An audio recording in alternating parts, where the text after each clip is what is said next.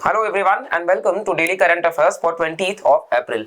सो यहाँ पे हम 5 इंपॉर्टेंट टॉपिक्स डिस्कस करते हैं and let's begin with our first important topic and that is Uttaramerur inscription. तो हाल ही में प्रधानमंत्री नरेंद्र मोदी जो है उन्होंने इस इंस्क्रिप्शन को रेफर किया है, उत्तरामेरूर इंस्क्रिप्शन को, जो कि कांचीपुरम रीजन है तमिलनाडु में, वहां से ये दर्शाता है जो भारत के डेमोक्रेटिक हिस्ट्री को रिप्रेजेंट कर रहा है। ठीक है, तो उत्तरामेरूर इंस्क्रिप्शन इस वजह से चर्चा में हो जाता है।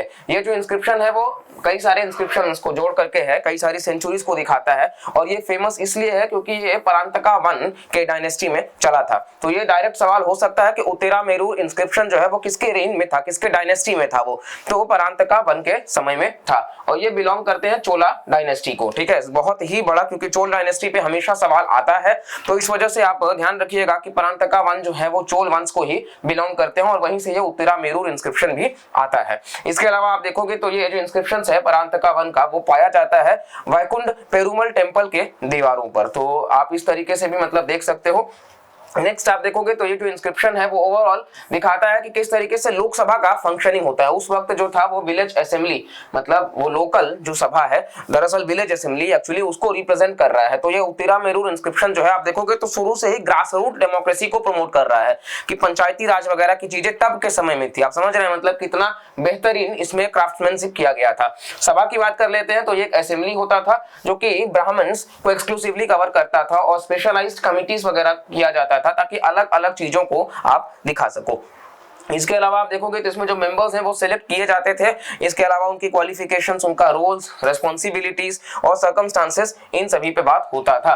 क्वालिफिकेशंस की बात कर ले तो ये ओनरशिप की बात करता है कि एक जमीन होना चाहिए, एक घर होना चाहिए और इसके बीच में उम्र जो है वो 35 से 70 और मंत्र वगैरह और ब्राह्मण्स वगैरह, मतलब ये जो ओवरऑल क्वालिफिकेशंस है। ठीक है, एक्सेप्शन में आप देखोगे तो लैंड ओनरशिप जो है वो नहीं हो सकता है और इसके अलावा वेल वर्स्ड इन बिजनेस और वर्चुअस में होना चाहिए। सिलेक्शन में 30 वार्ड्स हुआ करते थे और हर वार्ड से एक रिप्रेजेंटेटिव हुआ करता था गांव के असेंबली में। और इसके अलावा आप देखोगे तो अपने नाम पाम के पत्ते पे लिखा करते थे और उस तरीके से रिप्रेजेंटेशन होता था और फिर इसको पंडित जो होते थे वो कंडक्ट करते थे। डिस्क्वालिफिकेशन तब होता था अगर कोई सबमिट नहीं करता अपना अकाउंट्स प्रीवियस सर्विंग कमिटी को। और इसके अलावा पहला जो 5 में से 4 सिंस जो है कि killing a Brahmin, drinking alcohol, theft करना, एडल्ट्री करना और being associated with outcasts and eating forbidden dishes, तो ये कुछ कहीं ना कहीं सिंस थे जिसके बेसिस पर डिस्क्वालिफिकेशन हो सकता है। नेक्स्ट आप देखोगे तो हमारा जो टॉपिक है that is central government health scheme.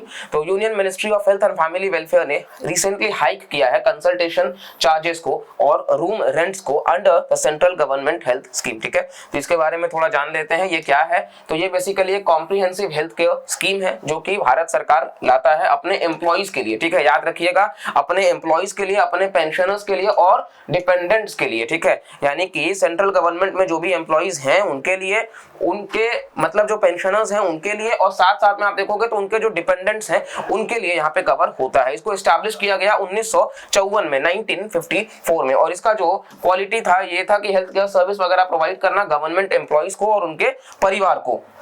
साल याद रखिएगा 1954 में लाया गया था। इसके अलावा कुछ फैसिलिटीज ये है कि ओपीडी वगैरह, आउट पेशेंट डिपार्टमेंट वगैरह ट्रीटमेंट, इसके साथ साथ वेलनेस सेंटर्स वगैरह, मेडिसिन वगैरह देना, स्पेशलिस्ट कंसल्टेशन होना चाहिए, पॉलीक्लिनिक्स वगैरह का गवर्नमेंट हॉस्पिटल्स का। फिर आप देखोगे तो ट्रीटमेंट वगैरह किस तरीके से दिया जा सकता है, कैशलेस और रीइंबर्स किया जा सके। और इसके अलावा मैटरनिटी और चाइल्ड हेल्थ केयर सर्विसेज वगैरह, फैमिली वेलफेयर, सॉरी मेडिसिन वगैरह आयुष मंत्रालय के तहत। ठीक है, नेक्स्ट आप देखोगे तो that is Barnawapara wild life sanctuary. तो छत्तीसगढ़ फॉरेस्ट डिपार्टमेंट ने एक सक्सेसफुल ट्रांसलोकेशन किया है 4 सब एडल्ट वाइल्ड बफेलोज का। कहां से? आसाम से बर्न वापारा वाइल्ड लाइफ सेंचुरी में। ठीक है, ये छत्तीसगढ़ और ये वाइल्ड बफेलो आपके सामने तस्वीर में। तो फ्लोरा आप देखोगे तो यहाँ पे टिक देखने को मिलेगा, सेल मिक्स्ड फॉरेस्ट, और ये कुछ फोना है आप पढ़ सकते हैं। नेक्स्ट वाइल्ड बफेलो की बात कर लेते हैं तो ये स्टेट एनिमल भी है छत्तीसगढ़ का। ठीक है, आप याद रखिएगा वाइल्ड बफेलो, जंगली जो भैंसा है, वो छत्तीसगढ़ का स्टेट एनिमल है और ये लार्ज स्पीशीज में भी आता है, बोवाइन, जो कि नेटिव है भारतीय सबकॉन्टिनेंट के। और इसका जो हैबिटेट है वो पाया जाता है एलुवियल ग्रासलैंड्स में, मार्शेस में, स्वैम्प्स में और रिवर वैलीज में। इसके अलावा भारत में जनरली ये कॉन्सेंट्रेटेड है नॉर्थ ईस्ट इंडिया में। जो कि काजीरंगा नेशनल पार्क में है, मानस और डिब्रू-सैखोवा हवा national park, Laokhowa wild life sanctuary, Bura Chapori wild life sanctuary, ये सारे आपको देखने को मिल जाएंगे अरुणाचल प्रदेश में, ऊपर वाले सारे आसाम में। और कंजर्वेशन स्टेटस वाइल्ड बफेलोज का IUCN में एंडेंजर्ड है, बहुत इंपॉर्टेंट है कि IUCN में ये एंडेंजर्ड है और वाइल्ड लाइफ प्रोटेक्शन एक्ट के शेड्यूल 1 में आते हैं।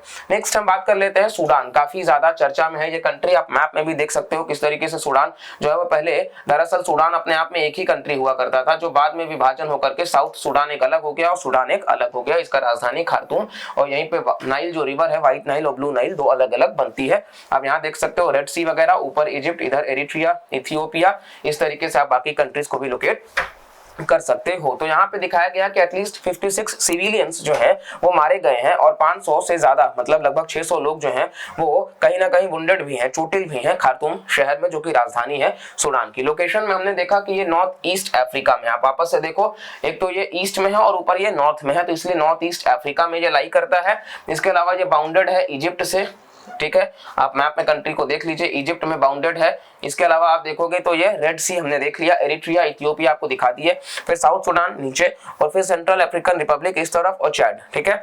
बात में लीबिया भी आपको देखने को मिल जाएगा। कैपिटल जो है वो खार्तूम हमने देख लिया है। सूडान में मोस्टली आपको देखने को मिलेगा वास्ट प्लेन्स और प्लेटूज, जो कि नाइल रिवर और उसकी ट्रिब्यूटरी से ड्रेन होता है, और ये कंट्री डोमिनेटेड है मुस्लिम्स के द्वारा, जो ज्यादातर अरेबिक भाषा में मतलब बात करते हैं, इसीलिए उनको अरब्स भी कहते हैं। अरेबिक जो है उनका प्राइमरी लैंग्वेज होता है और कई ज्यादा जो पॉपुलेशन है वो उसी पर डिपेंडेंट है। नेक्स्ट आप देखोगे तो ये आपके सामने मैप जो है वो भी आपको दिखा रहा होगा किस तरीके से ट्रॉपिक ऑफ कैप्रिकॉर्न जो है वो पास हो रहा है, ठीक है, साथ साथ इक्वेटर भी पास हो रहा है और ट्रॉपिक ऑफ कैंसर भी पास हो रहा है। तो अफ्रीका कॉन्टिनेंट एक ऐसा कॉन्टिनेंट है जहां से तीनों ही पास होते हैं, ठीक है, Tropic of Cancer, Tropic of Capricorn और इक्वेटर, और सूडान जो है वो आपको कैंसर और इक्वेटर के बीच में देखने को मिल जाएगा, रेड सी इस तरफ आपको देखने को मिल रहा होगा। नेक्स्ट हम बात कर लेते हैं प्रलय मिसाइल्स का। तो इंडियन आर्म्ड फोर्सेस ने प्रिपेयर कर लिया है कि वो ऑर्डर प्लेस कर रहे हैं फॉर 2 मोर प्रलय बैलिस्टिक मिसाइल्स, इसका दाम लगभग 7,500 करोड़ का।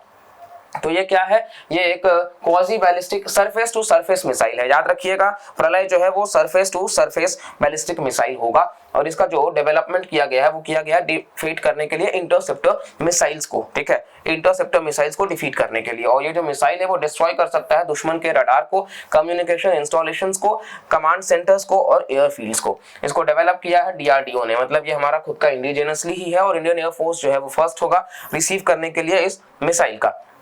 फीचर्स में यही है कि टारगेट को हिट करना 150 से 500 किलोमीटर के दायरे में। सवाल आता है कई बार वो सीधा 1500 से 5000 लिख देते हैं, तो वो गलत होगा, आप यहाँ पे याद रख सकते हैं फिगर कि 150 से 500 किलोमीटर दूर। और इसके अलावा ये जो मिसाइल गाइडेंस सिस्टम है वो इंटीग्रेटेड एवियोनिक्स और कटिंग एज नेविगेशन का इस्तेमाल करेगा, और ये सॉलिड प्रोपेलेंट रॉकेट मोटर पे ही होगा, हाईली एफिशिएंट, जो जनरेट करेगा एनर्जी वगैरह। इसके अलावा आप देखोगे तो ये मोबाइल भी होगा, यानी कि बहुत कम जगह में ये अच्छे तरीके से काम कर सकता है। और प्रलय जो है वो भारत का पहला tactical quasi ballistic missile. 1 liner exam में डायरेक्ट सवाल आ सकता है कि प्रलय क्या है, तो प्रलय भारत का पहला टैक्टिकल क्वाजी बैलिस्टिक मिसाइल होगा, जो आर्म्ड फोर्सेस को दिया जाएगा ताकि दुश्मन से वो टैकल कर सके और भारत का तिरंगा लहरा सके। खैर ये हमारा था डेली करंट अफेयर्स का टॉपिक्स फॉर 20 अप्रैल। आप इन टॉपिक्स को सिंसियरली पढ़ते जाइए, रिवाइज करते जाइए और इसको ज्यादा से ज्यादा शेयर करते जाइए। फिर हम नेक्स्ट वीडियोस में मिलते हैं, तब तक के लिए bye bye, take care and जय हिंद।